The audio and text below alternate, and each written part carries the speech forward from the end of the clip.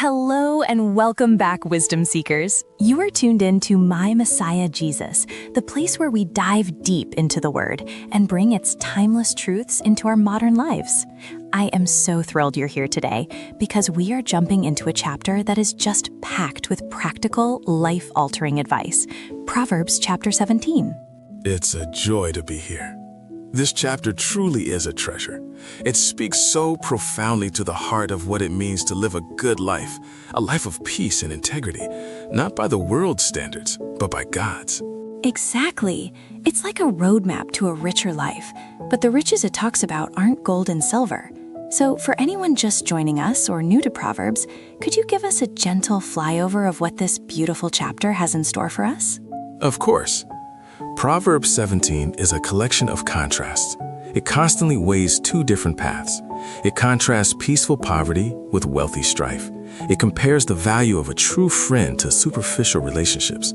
It delves into the power of our words, showing how a joyful heart can be like medicine, while a crushed spirit is debilitating.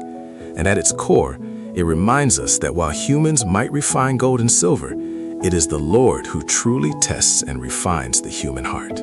That's a perfect summary. The Lord tests the heart. Let's start with the very first verse because it sets the theme so powerfully. Verse 1 says, "Better is a dry morsel with quiet than a house full of feasting with strife." Wow, that hits hard in our culture of more is more. What is Solomon telling us here? He is teaching us to properly value peace. Imagine two scenarios.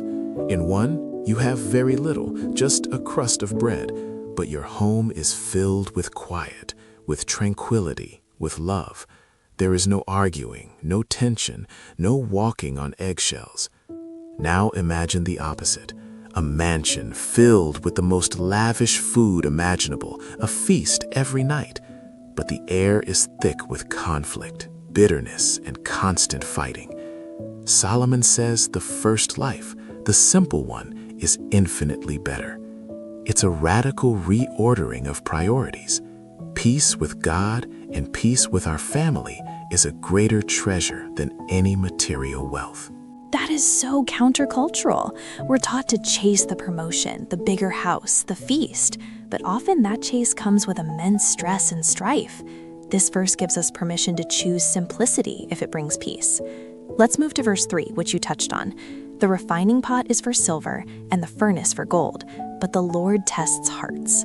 How does God test or refine us? It's a beautiful and sometimes difficult concept. A silversmith uses intense heat to burn away impurities, leaving only the pure, precious metal. The process is fiery and intense, but the result is valuable and beautiful. In the same way, God allows trials and difficulties in our lives. These are not punishments, but opportunities for purification. He uses challenges, perhaps a difficult relationship, a financial struggle, or a health issue, to burn away our pride, our selfishness, our reliance on ourselves, so that what remains is a pure heart that reflects His character. He is more interested in our holiness than our comfort. So the struggles are part of His loving process. That changes how you view hardship. Okay, this next one is one of my all-time favorites. Verse 17, "A friend loves at all times, and a brother is born for adversity." Can you unpack the wisdom in that for us? This verse distinguishes between different levels of relationship. A true friend, a philos in the Greek, is someone whose love isn't conditional. They love you on your good days and your bad days. Their affection is constant. But then Solomon says a brother is born for adversity. This speaks to that next level, family-like bond. When true crisis hits, when you are in the furnace of adversity we just spoke of, that's when you discover who your true brothers and sisters are. They are the ones who are not just present, but are born for that moment, designed by God to walk with you through the deepest valleys. I love that. It's a call to be that kind of friend and to cherish those people in our own lives. It's about loyalty. Let's look at one more. Verse 22. "A joyful heart is good medicine, but a crushed spirit dries up the bones." This feels like it could have been written by a doctor today. It truly could. God knew the connection between mind, body, and spirit long before modern science did. A joyful heart, a heart filled with gratitude, hope, and trust in the Lord, regardless of circumstances, has a healing effect. It brings life and health. Conversely, a crushed spirit, one weighed down by bitterness, despair, or anxiety, has a physical effect. It dries up the bones, a Hebrew idiom for a deep, life-draining sickness. This tells us that nurturing our spiritual and emotional health is not a luxury. It is essential to our overall well-being. That's so powerful. So, bringing this all together, how do we apply these ancient truths in our crazy 21st century lives? For example, with the constant comparison and strife we see on social media, how does verse 1 speak to us? It's a direct challenge to the culture of comparison. Social media is often a house full of feasting with strife. It looks glamorous, but it often breeds envy, anxiety, and conflict. Applying verse 1 might mean intentionally choosing the dry morsel of our own real, uncurated life with gratitude and peace.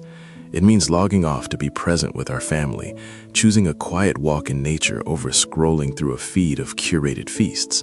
It's about finding contentment in God's provision for you, right now. That's a great practical step. And what about in our workplaces or even our families, where conflict can feel unavoidable? How do we live out the wisdom of Proverbs 17 when we're surrounded by strife we didn't necessarily choose? That is where the refining fire of verse 3 and the joyful heart of verse 22 becomes so important. We may not be able to control the external chaos, but we can, with God's help, control our internal response. We can see the conflict as a refining fire, an opportunity for God to cultivate patience, grace, and forgiveness in us. We can actively choose joy, not as a feeling based on circumstances, but as a deep-seated trust in God's sovereignty. This joy becomes our good medicine, strengthening us to be a peacemaker, a non-anxious presence in a stressful environment. Being a non-anxious presence. I love that. It really shifts the focus from trying to fix everyone else to allowing God to work within us. This chapter is just so rich. It gives us a blueprint for a life of quiet strength, deep relationships, and unshakable joy.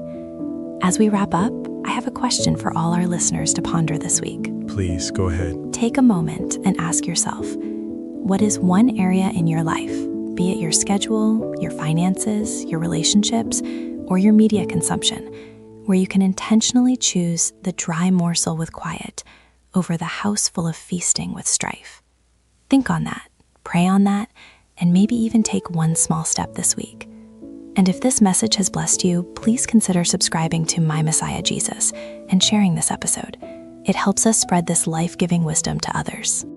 Amen. Amen.